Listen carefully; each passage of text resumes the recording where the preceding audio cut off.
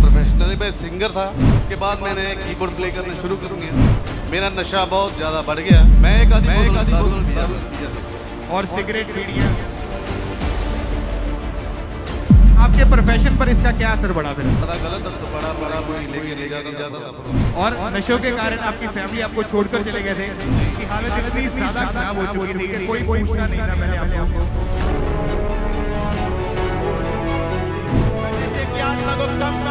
अपनी बॉडी को छोड़े और जाए यीशु मसीह के नाम में। हर एक शैतान को जो अपनी लाइफ में काम कर रहा है, करना चाहता है, टर्न डाउन निकल जाए, चला जाए in the name of Jesus Christ.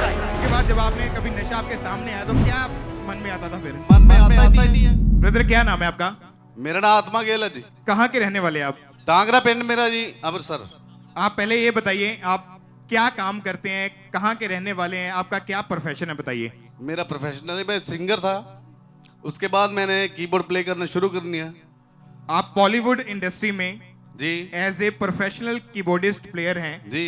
कौन कौन से फेमस बॉलीवुड सिंगर्स के साथ आपने काम किया, कीबोर्ड प्ले किया है? मैंने साबरकोटी के साथ और ज्योति नूरा, जो नूरा सिस्टर बोलते हैं जिसको, उसके साथ भी किया है। और श्रीमान जान और भी सिंगर है, पंजाबी सिंगर जितने भी है। ये साबरकोटी की फोटो है, दारा सिंह है, फिल्म एक्टर। और जितने भी लोगों के साथ काम किया है, बड़े अच्छे अच्छे लोगों के साथ काम किया है मैंने। ये किन की फोटो है जो आप ये स्क्रीन पे देख- मंजीत पप्पू है, ब्यास का रहने वाला है। ये भी सिंगर है, पंजाबी सिंगर। ये मेरी एक गाने की शूटिंग है, चंडीगढ़ में लेक में शूटिंग हुई थी मेरी, प्यार की बाजी। गाना मेरा आया था पंजाबी। आपने मतलब बॉलीवुड इंडस्ट्री के जो फेमस पंजाबी जो सिंगर है उनके साथ आपने कीबोर्ड प्ले करने का काम किया हुआ है। जी जी। आप एक बार फिर से दोबारा नाम बताइए उन सिंगर्स के जिनके साथ आपने काम किया हुआ। फिरोज खान जी, ज्योति नूरा और हंसराज हंस के साथ मैंने प्ले किया है। और भी साबरकोटी के साथ काम किया है मैंने। सीमान जान जी, उनके साथ भी काम किया है। और पंजाबी सिंगर जो अमृतसर से बिलोंग करते हैं, उनके साथ भी काम किया है मैंने। और पिछले 28 साल से आप इसी प्रोफेशनल में काम कर रहे हैं। जी। अब बताइए कि आपकी लाइफ कैसी थी, क्या आपका जीवन कैसा था, ये मैं बताइए। फंक्शन में जाता था तो दारू वगैरह पीते थे सभी लड़के, जो भी म्यूजिशियन होते हैं सभी भी एक साथ बैठते थे, खाना खाते, दारू पीते थे। मैं भी पीने लगा, सिगरेट भी यूज करने लगा। मेरा नशा बहुत ज्यादा बढ़ गया। एक दिन में कितना कितना नशा कर लेते थे? मैं एक आधी बोतल दारू की पी जाता था सुबह से। और सिगरेट बीड़ियां? वो भी एक बंडल। मतलब एक दिन में आप बहुत ज्यादा नशा कर लेते थे जी। और ज्यादा टाइम तक आप नशे में ही मतलब धुत रहते थे। हाँ जी, हाँ जी। आप खाना खाना भूल जाते थे लेकिन नशा करना, शराब पीना नहीं भूलते थे। नहीं भूलते थे। आपके प्रोफेशन पर इसका क्या असर पड़ा फिर?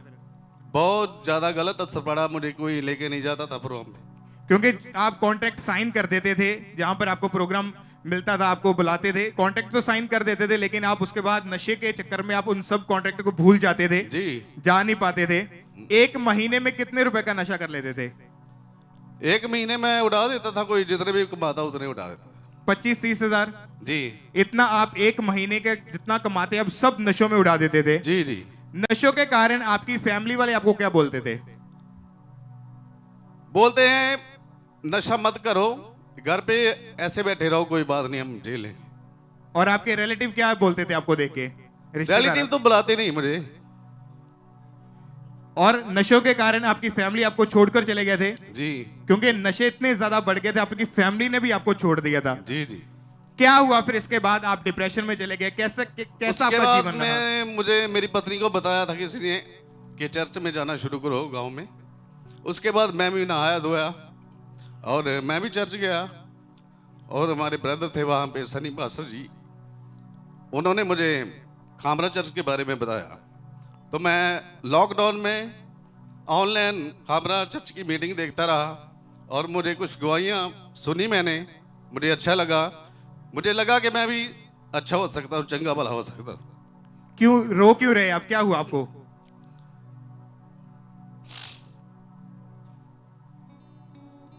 बताइए ब्रदर।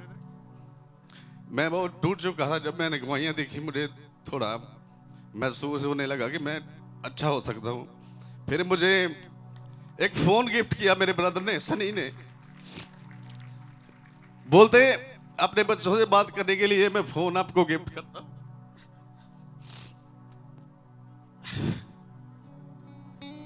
मतलब आपकी हालत इतनी ज्यादा खराब हो चुकी थी कि कोई पूछता नहीं था पहले आपको, कोई नहीं पूछता था, मेरे बच्चे भी छोड़ के चले गए, फैमिली छोड़ के चली गई, रिश्तेदार छोड़ के चले गए, कोई सभी। आपके पास नहीं रहता था, सभी छोड़ के चले गए। अकेले रहते थे, वो भी डिप्रेशन में। जी।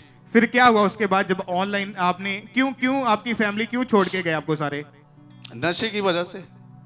क्योंकि आप नशा छोड़ नहीं पा रहे थे, इसलिए वो सब आपको छोड़ के चले गए। जी जी। फिर क्या हुआ जब आपने ऑनलाइन उसके बाद मैं प्रार्थना को रिसीव करता रहा और नशे की प्रार्थना करते थे प्रभु की दास, तो मैं प्रार्थना को रिसीव करता रहा और मेरा धीरे धीरे नशा, मुझे पता ही नहीं चला कब छूट गया। आइए हम पहले उस प्रार्थना को हम देखते हैं जो परमेश्वर के दास ने प्रार्थना की थी नशे वालों के लिए। उस प्रार्थना को देखते हैं।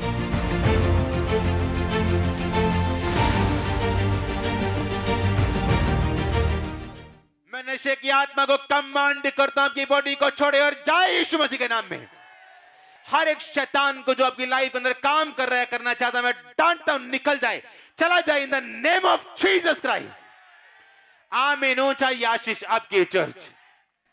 ब्रदर आप ये बताइए कि जब आपने इस प्रार्थना को रिसीव किया उसके बाद आपके जीवन में क्या चेंज, कैसे परमेश्वर ने आपको बदलना शुरू किया? फिर मैं घर पे प्रेस का भी काम करता हूँ, कपड़े प्रेस का, और मेरे ब्रदर ने मुझे प्रेस एक उसकी घर पे पड़ी थी, उसको लीड बनवा के दी, नवा बनवा के दिया। मैंने थोड़ा थोड़ा पैसा इकट्ठा करना शुरू किया और मुझे बोले कोई बात नहीं भैया, वो टेंशन ना लो, तेरा परिवार भी आ जाएगा और सभी तेरे को अच्छा बोलेंगे। और जो आप नशे करते थे उसका क्या हुआ फिर? वो मेरा छूट गया भैया। आपने नशा करने की कोशिश नहीं की उसके बाद? नहीं। आप उसके बाद जब आपने कभी नशा आपके सामने आया तो क्या क्या मन में आता था फिर? मन में आता ही नहीं है। आता ही नहीं मन में अभी। और अभी आप कितने समय से उन नशों से पूरी तरह से आजाद हो चुके हैं? मैं पिछले लॉकडाउन से आजाद हूँ। पिछले 10 महीने से आप नशों से, डिप्रेशन से पूरी तरह से आजाद हैं।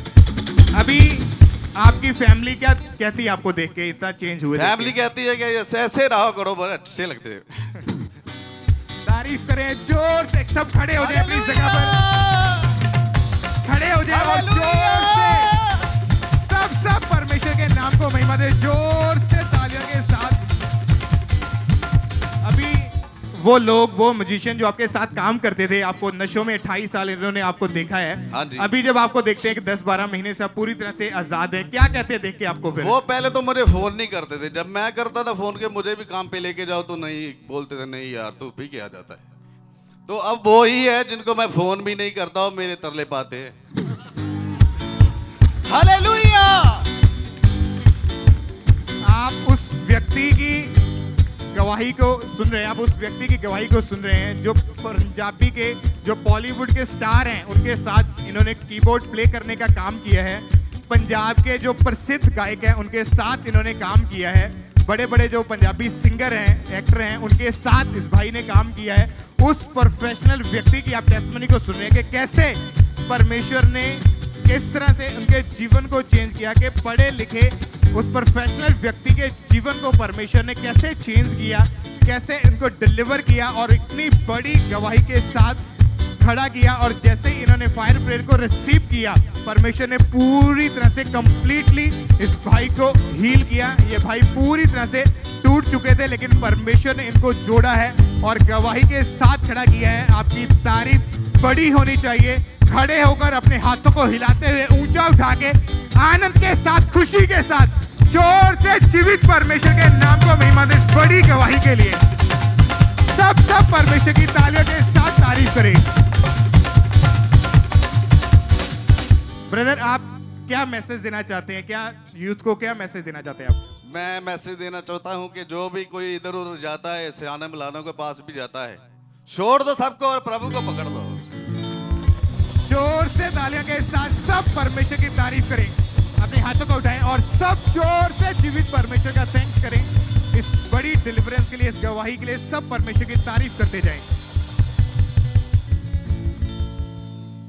परमेश्वर के दास के द्वारा टीचिंग्स को सुनने के लिए, अनाउंसमेंट्स और अपडेट्स को जानने के लिए आप हमारे YouTube चैनल को सब्सक्राइब करें और साथ में बेल आइकन को दबाएं, ताकि जब भी कोई नई अपडेट हो तो आप सबसे पहले जान सकें।